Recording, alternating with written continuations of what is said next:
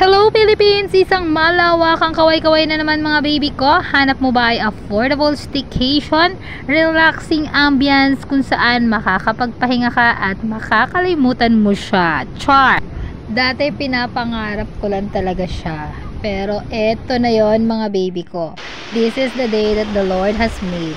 Welcome to the Air Residence Mall, kung saan nag-book nga ako sa Airbnb guys kasamang team ko para mag-staycation. So dito hindi ka na mahihirapan, mangangapa kung saan ka mag-grocery o saan ka kakain dahil sa baba may mall, may grocery. Ayan, pumasok nga kami sa entrance ng mall kung saan andun din yung back entrance or exit ng Air Residence. O diba, syalang-syalang may pa-code pa. O ayan, taran! Samahan nyo ako, dali. So, ayan na guys, kita mo naman, diba? Syaling, may rice cooker na, may oven, andito na lahat ng wala sa bahay mo. Yung totoo. Tapos dito, para kang nasa, palasyo, may pa-chandelier. Ayan, punta tayo sa room nila. May 1 bedroom ito guys. Atina, 55 square meters ito. 8 packs ang kasya, 5 packs lang naman kami. So 1 bedroom, 1 bed, pero actually ang daming extra bed bebe ko. Ayan, 1 bath, and kita mo naman ang sarap tumambling sa kama. Parang nasa ibang bansa.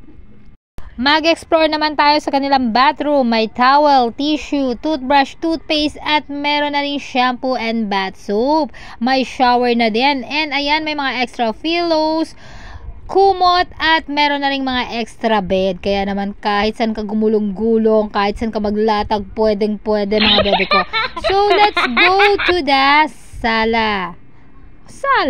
Ayan, may TV din sila guys. 55 inches yata to kung hindi ako nagkakamali. O diba, para tayong nasa USA. O, bongga. So mamaya mas maganda to pag madilim na. So balikan natin yan mamaya. So dito talagang tuwan-tuwa ako sa mga plato, utensils nila para tayong maharlika. So ayan mga baby ko, may rep na rin. Pwede natin gamitin. Pwede natin gamitin lahat. Basta wag lang natin sisirain. At meron din silang hair dryer, steamer. So nag-grocery na nga ako para masimulan na namin itong staycation namin. At talaga naman very excited ang lahat para i-enjoy ang gabing ito. So, ayan, pwedeng magluto dito mga marikoy ha. Talaga namang na-enjoy ng team ko. Karapatan natin to. Bigyan natin ng karapatan ng ating sariling makapag-relax. Cheers! Para sa tagumpay. O, diba, hindi na drawing yung ating pinapangarap na staycation. Kaya kung pangarap nyo rin at pinapangarap nyo rin ng mga barkada nyo, mga workmates nyo, teammates nyo ang ganitong bakasyon, ay mag-book na kayo. Ilalagay ko yung link kung saan ako nakapag-book.